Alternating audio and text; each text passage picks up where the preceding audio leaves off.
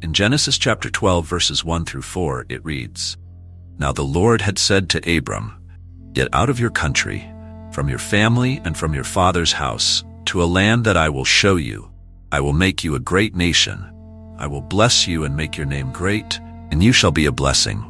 I will bless those who bless you, and I will curse him who curses you, and in you all the families of the earth shall be blessed.' So Abram departed as the Lord had spoken to him, and Lot went with him.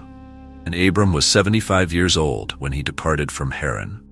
In Genesis chapter 15, verses 13 and 14, it says, "Then he said to Abram, 'Know certainly that your descendants will be strangers in a land that is not theirs, and will serve them.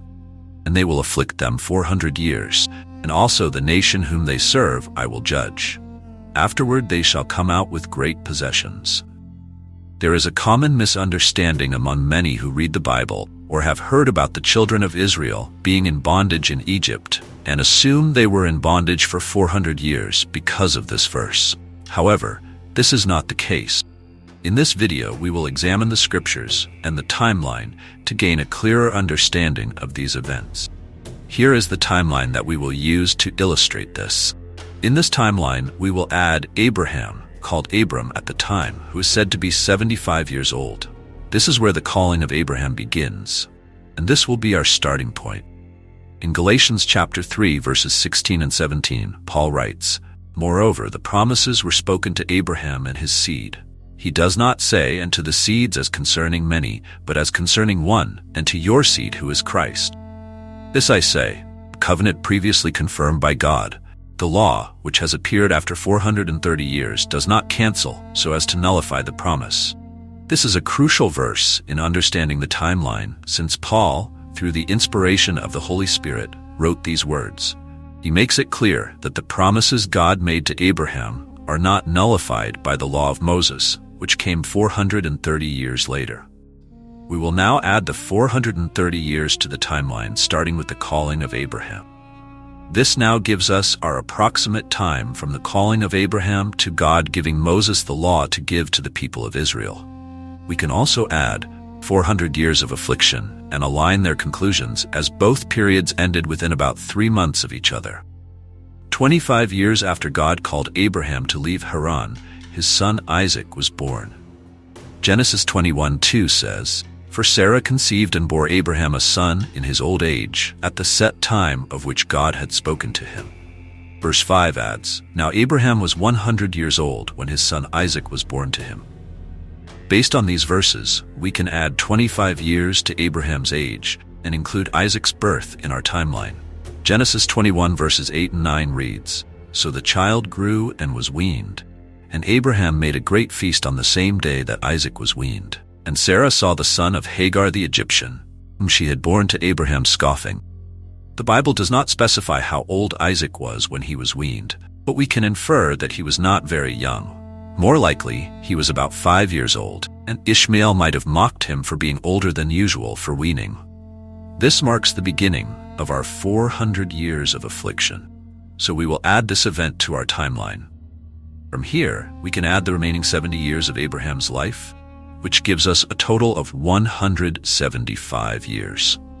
At this point, we will quickly fill in the remaining details of the timeline, since the major events have been addressed. Looking at the full timeline, we can see that Isaac was 60 years old when Jacob was born. He lived for an additional 120 years, reaching a total age of 180. Jacob was 130 years old when he traveled to Egypt and stood before Pharaoh. He lived another 17 years in Egypt, passing away at the age of 147. Joseph was 30 years old when he stood before Pharaoh and interpreted the dream of 7 years of plenty followed by 7 years of famine. When his family came to Egypt and his father stood before Pharaoh, Joseph was 39 years old. He lived another 71 years, dying at the age of 110. If you look at the timeline where it shows the 430 years split, you will notice that the 430 years are divided into 2 equal periods, with the division occurring precisely when Jacob stood before Pharaoh. In Exodus chapter 1, verses 6 through 8, it reads, "And Joseph died, all his brothers, and all that generation. But the children of Israel were fruitful and increased abundantly, multiplied and grew exceedingly mighty, and the land was filled with them. Now there arose a new king over Egypt who did not know Joseph. Even if we assume that the Israelites entered bondage immediately upon Joseph's death, the maximum period would be 144 years. However, this is unlikely. That generation passed away, and it took time for a new Pharaoh who did not know Joseph to come to power. This passage of time leads us to the birth of Moses, which would be about 64 years after the death of Joseph. The life of Moses is traditionally divided into three 40-year periods. The first as an Egyptian prince, the second as a shepherd in Midian, and the third leading the Israelites in the wilderness. This understanding comes from Acts 7, verse 23, Acts 7, verses 29 and 30, Deuteronomy 29, verse 5, and Deuteronomy 34, verse 7. It would be Joshua who would lead the people into the promised land shortly after Moses' death. In summary, the 430 years of sojourning spans from the promise to Abraham to the giving of the law at Mount Sinai. The 400 years of affliction began with Ishmael's mocking of Isaac and include periods of sojourning and affliction, not continuous bondage in Egypt.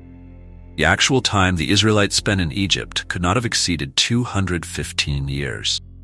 Joshua was the one who would lead the people of Israel into the promised land shortly after Moses' death. This concludes our lesson on From Abraham to the Promised Land.